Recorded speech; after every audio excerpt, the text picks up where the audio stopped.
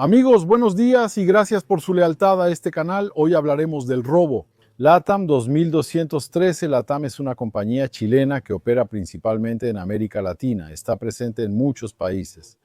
Pero hoy estamos en Lima, Perú, en el aeropuerto Hugo Chávez, en noviembre de 2022. Estamos más o menos en la época en que el COVID está terminando y las operaciones empiezan a retomarse con más fuerza en el aeropuerto Hugo Chávez. Y eso es muy importante para esta historia. Bueno, está patas arriba. ¿Por qué? Históricamente era un aeropuerto con una sola pista de 3.600 metros, después instalaciones como terminales, hangares y bomberos. Pero el problema es que una vez que empezó a crecer en tráfico, hubo que expandirlo, hubo que agrandarlo. Entonces, al oeste del aeropuerto agregamos otra pista. Bueno, estábamos en proceso de agregar otra pista. Así que había muchos tractores, camiones, excavadoras, además de una marea de conos que separaba. En realidad, la parte que vamos a llamar antiguo aeropuerto y la parte del nuevo aeropuerto que aún no estaba en funcionamiento, que todavía estaba en obras. Así que ya verán que no es una situación muy prometedora, porque hay conflictos entre una parte que está en operación y otra que no lo está. La autoridad de los controladores aéreos se detenía en las fronteras de los conos. En realidad, se detenían en el antiguo aeropuerto, ya que el nuevo aún no estaba en servicio. Así que estaban fuera de su jurisdicción. Entonces, ese mes de noviembre de 2022 decía que los bomberos habían decidido realizar un ejercicio. Ellos realizaban ejercicios regularmente. ¿Por qué? Porque había la siguiente situación en ese entonces. Cuando el aeropuerto tenía una sola pista, había una estación de bomberos.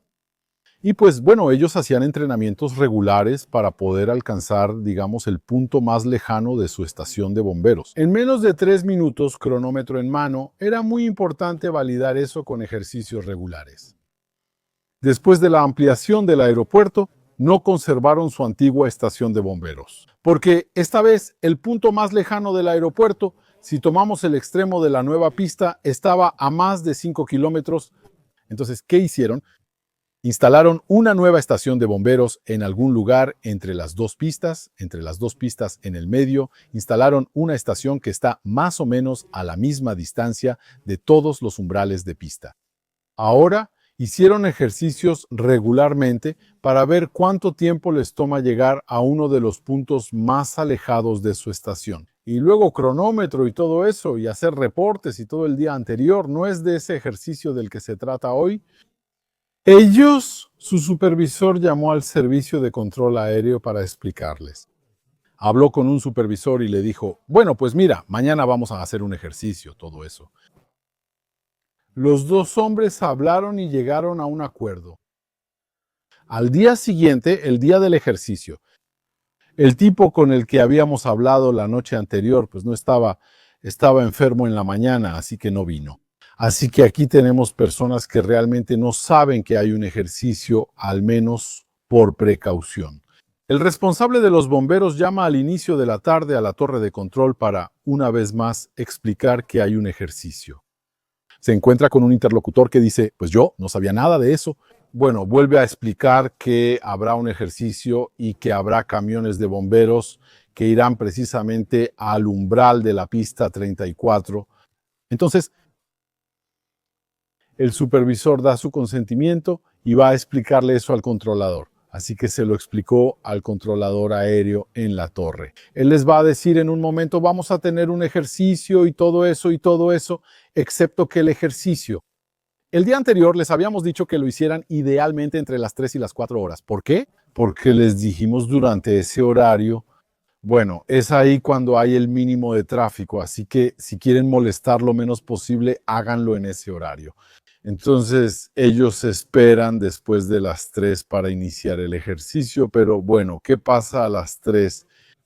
Había un cambio de turno, así que varios controladores iban a hacer una rotación y todo eso. De modo que los controladores que sabían que había un ejercicio iban a ser reemplazados por otros que no lo sabían. Estamos en una situación donde mientras más avanzamos, menos sabemos, como decía Dutronc. Así que En un momento dado, poco después de las 3, justo antes de iniciar el ejercicio, el responsable de los bomberos toma su vehículo de mando. Llega al nivel de los conos, recuerden, los conos son el límite de jurisdicción, llega al nivel de los conos y llama al control para decir, sí, hola, bueno, es para el ejercicio, voy a quitar los conos. El otro le responde, ¿cono? Pues sí, estoy en tal lugar, pero ¿dónde estás exactamente? Pues sí, estoy frente al edificio de tal compañía, pero espera, dime eso otra vez, pues no entiendo. Entonces, lo terrible aquí, lo terrible, es que tenemos a un inspector que es responsable de las instalaciones. Y tenemos a un interlocutor que lo llama, que es muy vago y que parece confundido por teléfono. Porque la conversación, bueno, da vueltas en círculos, incluso en algún momento. El controlador aéreo usa los binoculares para ubicar a su interlocutor y ver qué cono debe quitar. Pero es una conversación que no hace avanzar a nadie. Hay confusión tanto del lado del controlador como del lado del bombero, pero ¿por qué hay confusión? Pues sí, hay una razón. El aeropuerto es nuevo, sí, porque anteriormente el aeropuerto operó durante décadas con una sola pista y todo eso. Y eran las mismas calles de rodaje, las mismas vías, las mismas, así que todos conocían el plano del aeropuerto. Todos los que trabajaban en la plataforma lo tenían en mente. Así que cuando hablaban de calles de rodaje y demás, sabían exactamente de qué estaban hablando. Excepto que ahora el aeropuerto fue ampliado. Entonces tenemos calles de rodaje que aún no están cartografiadas, otras que están en los mapas pero que nadie ha estudiado, etc. Entonces eso crea confusión en realidad de ambos lados. Y lo terrible es que tenemos a este controlador. Él tiene un interlocutor que quiere quitar los conos y entrar a las instalaciones o meter vehículos. Y a pesar de que el mensaje no pasa, pues le permite hacerlo. Entonces ahí perdimos una oportunidad y probablemente la última de evitar la tragedia. Entonces, en un momento dado, uno de los vehículos, el vehículo de mando, llega al umbral de la pista 34 y ¿qué hace? Toma su radio y llama a sus tropas. Les dice, accidente o avión en llamas en el umbral de la pista 34. Eso fue lo mejor, el inicio. En ese momento debía salir y llegar a su casa. Tenía que estar frente a él en menos de 3 minutos cronómetro. Entonces, entiendan algo. En cuanto estamos en una lógica de carrera contra el tiempo. Claramente, entonces hay que llegar muy rápido. Lo que pasa es que los bomberos van a arrancar con su camión. ¿No es así con su Pantera? Pues ellos van a arrancar. Acelerador a fondo. Aunque son camiones pesados, pueden alcanzar 140 kilómetros por hora cuando toman velocidad. Y entonces ellos no tienen tiempo para detenerse en su esquema mental. No están ahí para parar, frenar, nada de eso. Entonces tienen esa impresión. Hay una confusión en general. Tienen esa impresión de que se les permitió llegar hasta el umbral de la pista y también cruzar la pista o entrar en ella. Pero normalmente cuando uno está en una plataforma aeroportuaria, las pistas son sagradas. Para cruzarlas hay, por ejemplo, una aeronave aterriza y necesita cruzar una pista para llegar a la terminal, ¿cierto? El piloto cambia a la frecuencia de la torre, solicita permiso para cruzar la pista y se lo autorizan. Y va al otro lado, regresa con el control de tierra, eso es realmente sagrado. La entrada a una pista no se entra así nada más. Excepto que esos diferentes camiones chocaron contra el camión número 3 que iba al frente. Bueno, obviamente sus conductores o sus equipos pensaban que las cosas estaban claras para ellos. Ahora, en el otro extremo de la pista, esta vez estamos en el extremo 16 de esa pista. Bueno, en ese extremo tenemos un Airbus A320 Neo. Las matrículas empiezan con Charlie, Charlie, Charlie. Es una matrícula chilena, así que es el vuelo LATAM 2213. Hay 108 personas a bordo, así que ese avión Salim. Pilotos hablan con la torre. Ellos están en una frecuencia diferente a la de los intercambios entre los bomberos y el controlador de tierra. Y luego, bueno, se les autoriza a despegar, les dicen, bueno, el viento está en calma, adelante. Una vez que el controlador autoriza, los pilotos aceleran y ganan velocidad.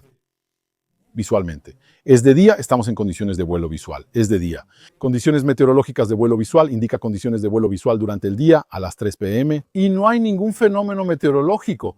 Reducen la visibilidad y en ese momento la pista está vacía. Excepto que en el momento en que los pilotos ponen y avanzan las palancas de gases a la posición de despegue, en ese momento un grupo de camiones de la estación de bomberos arranca y se dirige hacia la pista. Entonces el avión acelera, recorre la pista, pasa su nudo, llega a 131 nudos. De acuerdo, literalmente estamos a unos segundos de despegar del suelo. Y en ese momento, de repente, los pilotos ven un camión oscuro con la sirena encendida avanzando hacia la pista. Al ver la velocidad, notan que no se detendrá.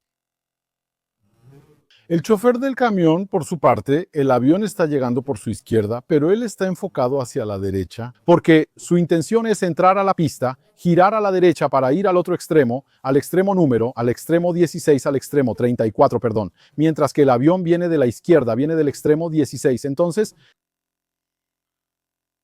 era inevitable. Eso significa que no había manera de evitar ese choque. No había manera de levantar el avión del suelo. Tal vez habría sido una muy mala idea. Por otro lado, no había manera de frenar, dada la velocidad. Sí, había manera de frenar, pero a esa velocidad el avión tal vez necesitaría 1 kilómetro para detenerse. Así que fue el impacto de Vinny.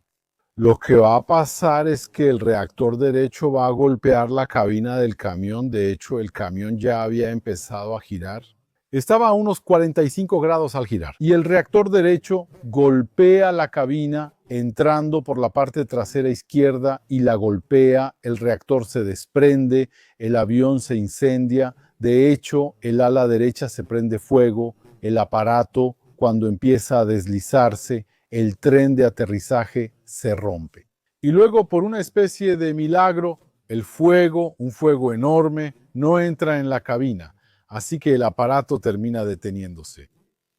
Y casi quiero decirles que los bomberos están ahí de inmediato. No se puede decir que por suerte están ahí. Porque en el ideal hubiéramos preferido que no estuvieran ahí en absoluto. En realidad preferimos que no hubiera bomberos en absoluto. Pero bueno, así son las cosas. Desafortunadamente chocó contra uno de los camiones, pero afortunadamente había una fila india en ese camión que llegaba. Y van a intervenir de inmediato, así que van a empezar a rociar espuma sobre el aparato. Mientras tanto, los pilotos se comunican con la torre de control. El controlador les dice, sí, están en llamas, hay fuego en la parte trasera. Sin embargo, veo 2 camiones que están llegando hacia ustedes. En cualquier momento ordenan la evacuación, los toboganes se despliegan del lado donde no hay fuego y entonces la gente empieza a evacuar. La tripulación les gritaba que evacuaran, pero que también dejaran su equipaje. Por supuesto, el comandante de vuelo fue el último en salir. Todos salieron del avión. Había 108 personas, así que las 108 salieron. Aunque algunos resultaron heridos durante el impacto, durante la evacuación, algunos fueron alcanzados por las llamas. Hubo algunas hospitalizaciones, algunas graves, que requirieron varios meses en el hospital. Aunque no hubo muertos en el avión, fue algo muy grave.